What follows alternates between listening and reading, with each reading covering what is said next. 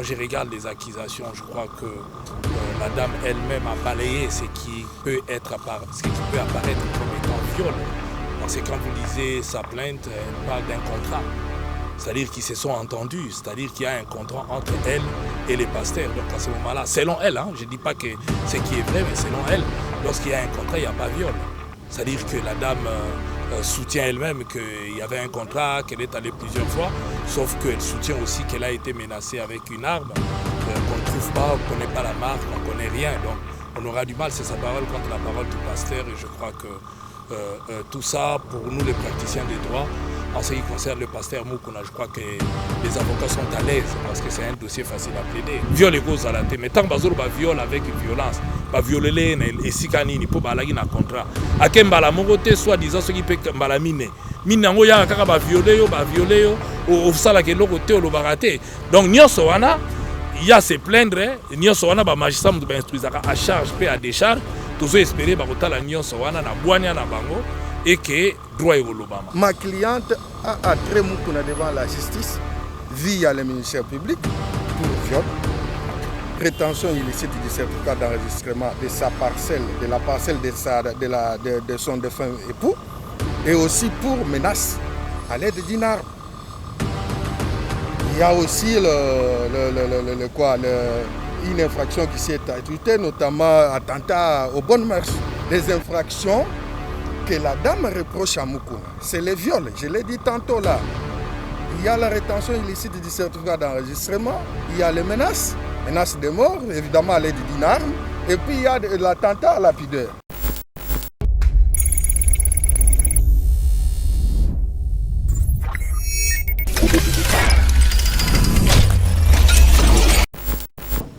Nous voulons au moins discuter avec vous un peu concernant la procédure de la mise en détention de l'évêque Pascal Moukouna. Vous étant qu'un homme de droit, comment jugez-vous cela? Écoutez, par rapport au droit, c'est le droit reconnu aux magistrats de pouvoir mettre quelqu'un sous mandat de dépôt lorsqu'il y a une instruction ouverte à son encontre. Surtout que les accusations telles que proférées par la dame, il s'agit de viol. Comme vous le savez, en ce qui concerne le viol, souvent on retient l'accusé en détention pendant un temps pour vérifier d'abord, et puis après on le relaxe lorsqu'on sent qu'il n'y a pas beaucoup de choses à poursuivre en fait. Mais les gens disent que la procédure a été mal entreprise. Écoutez, lorsque la procédure est mal entreprise, ce qui peut être possible, puisque ceux qui gèrent ces dossiers sont des humains. Alors nous, en tant que praticiens des droits, nous avons des voies de recours que nous pouvons faire. Pour l'instant, je pense que quand je regarde les accusations, je crois que la dame elle-même a balayé ce qui peut apparaître comme étant viol. Parce que quand vous lisez sa plainte, elle parle d'un contrat. C'est-à-dire qu'ils se sont entendus, c'est-à-dire qu'il y a un contrat entre elle et les pasteurs. Donc à ce moment-là, selon elle, je ne dis pas que ce qui est vrai, mais selon elle, lorsqu'il y a un contrat, il n'y a pas viol. C'est-à-dire que la dame soutient elle-même qu'il y avait un contrat, qu'elle est allée plusieurs fois, sauf qu'elle soutient aussi qu'elle a été menacée avec une arme, qu'on ne trouve pas, on ne connaît pas la marque, on ne connaît rien. Donc on aura du mal, c'est sa parole contre la parole du pasteur, et je crois que tout ça, pour nous les praticiens des droits, en ce qui concerne le pasteur Moukouna, je crois que les avocats sont à l'aise parce que c'est un dossier facile à plaider. Et alors, quelle sera la procédure, si on peut avoir une idée sur ça? Je crois que la procédure, c'est la confrontation qui doit avoir lieu aujourd'hui avec les autres protagonistes que la dame a cités, à savoir Olengankoy et les autres, soi-disant qu'elle est allée se plaindre. Ça aussi, ça ne qualifie pas le vol, puisque soi-disant qu'elle est allée se plaindre pour que le pasteur lui donne le document de la parcelle.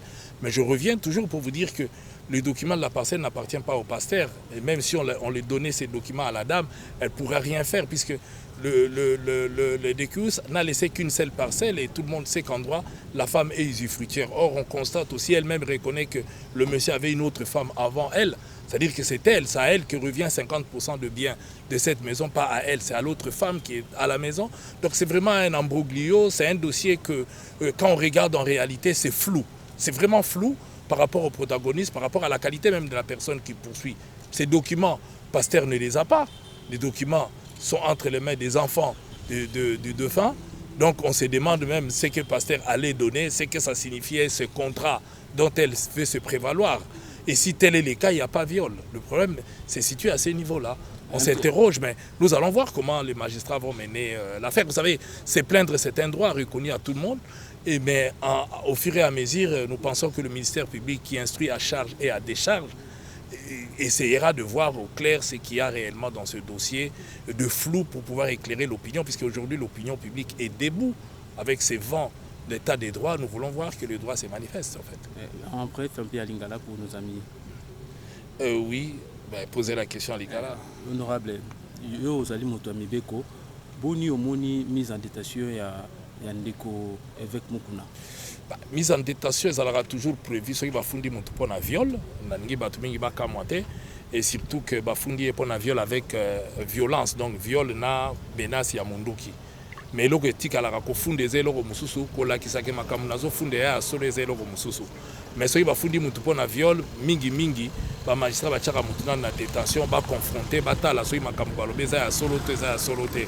Mais ndenge boye beli bino moko pasteur a nié ba les faits à Kolobaka bimaki na mwasi wana et que pasteur P a lobby que a présenté ba moyen na ye ya défense ya Kolobaka ya bimana été mais les lots baretena qui est pour les lots il faut basa la confrontation na ba olenga ko ina batumso mwasi atangaki mais soki botali lo kasa o mwasi akumaki lingolo ba plainte na ye azolo bateke ba violaki azolo ba keza contrat o ya négocié qui na pasteur soi-disant pasteur alobaki avant pesa ye mikanda fo babima ye selon ye en ce moment là viol les ali sous te elingo bolongwe pa na ona mayele okei ba wi koloba non respect à contrat ta mususu mais pasteur agi ne loka ko pesa ye tenenga mona lobaki pamba te moto akufi mowe atiki ndako moko biso na stoyebi ke mwasi ala ka héritière te ala ka usufruitière et même ceux qui bongote ye moko mwasi wana azolobake mobali na ye alaka na mwasi mosusu mama bana na ye na ndako elingo lobake abalalaka na mama bana na ye muta na la moitié 50% ya ndako wana donc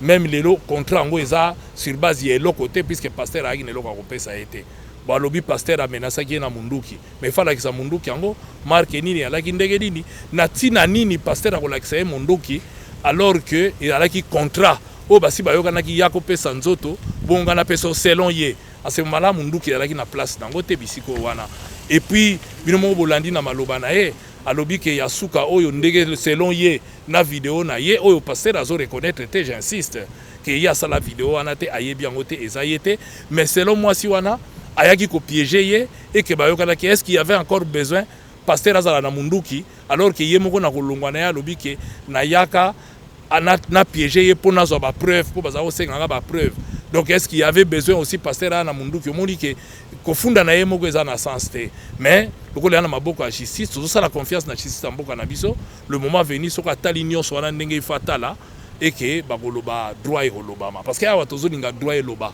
eno biso baindividu tokoka kolobaka olobi moto ayaki na munduki elakisa munduki olobi moto alaki na boye elakisa preuve nde moto afundaka moto ayaka na bapreuve donc tozozela confrontation ya lelo mpo bato bakoka koyeba opinion tokoka koyeba eloko nini ekoleka. Est-ce que bato bazolobaka il y a une main noire derrière makambo eza vrai? Écoutez, na bafere nyonso bato tu babaka main noire ezali ngai te muna koyebisa bino eza te bao bazoloba main noire ezali bayebi pourquoi bazoloba yango pamba te avant pasteur akoma awa toyoki bakombo mosusu tobokotanga balekaki awa nanu liboso yango moni bato bao s'interroger est-ce que main noire ya na nsima te balingi bahumilier pasteur basambwisa ye te parce que nazo continuer ko insister soko tali bien plainte ya mwasi wana bino nyonso botangaki yango na bareseaux sociaux bozomona bien que mwasi wana alobi ke bazalaki na contrat donc à partir du moment baa na contrat viol ya lisusu te bayokanaki apesa nzoto mpo pasteur apesa ye bapapier déjà sur base de ça viol ekozala te mais tant bazoloba viol avec violence baviolele na esika nini mpo balaki na contrat ake mbala moko te soit disant soki mpe mbala mine yango yaka kaka baviole yo osalaka eloko te olobaka te donc nyonso wana ya se plaindre nyonso wana bamagistrat moto bainstruisaka à charge mpe à décharge tozo espérer bakotala nyonso wana na bwania na bango et que droit ekolobama. Je suis avocat, je m'appelle Robert Badiadjanabo, avocat depuis un bon bout de temps au barreau de Kananga. Et en parlant du dossier qui oppose M. Mukuna et puis à Mme Mimi Chibola, où en êtes-vous maintenant? On a vu l'accusé est en mise en détention provisoire. Actuellement, nous sommes dans une phase préjuridictionnelle qui normalement est secrète. Et en tant qu'avocat je suis obligé de garder certaines réalités du contour du dossier, d'autant plus que j'ai assisté, mais par souci d'assouvir votre soif en tant que de la presse, je vous dirais tout simplement que nous sommes dans la continuité du dossier. L'instruction continue.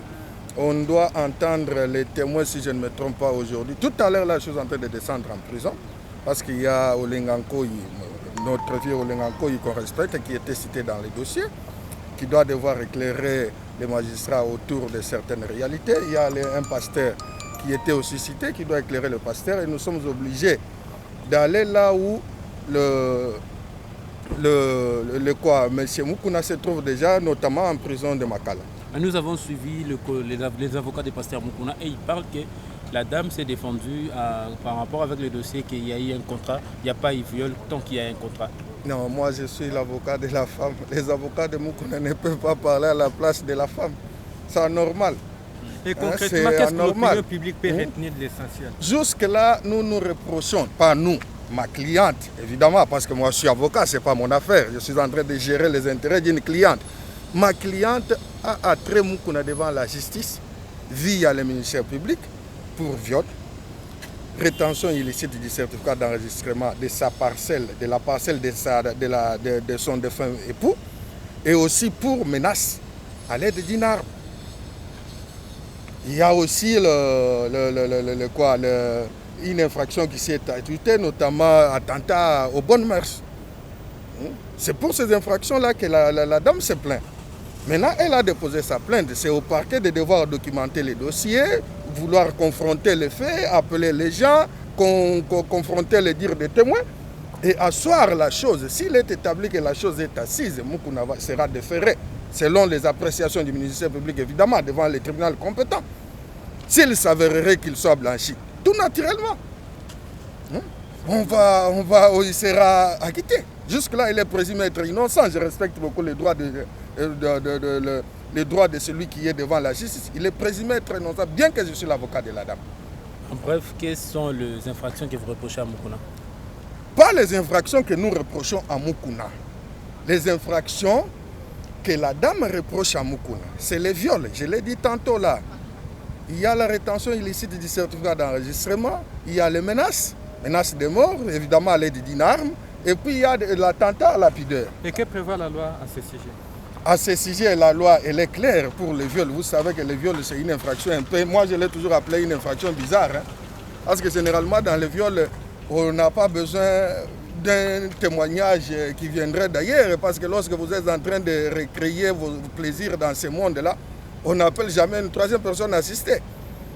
Des fois, on tient compte de ce que dit la femme, la concordance et la précision dans les faits.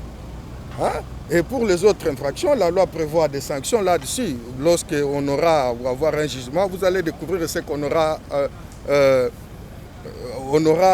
décidé par le juge.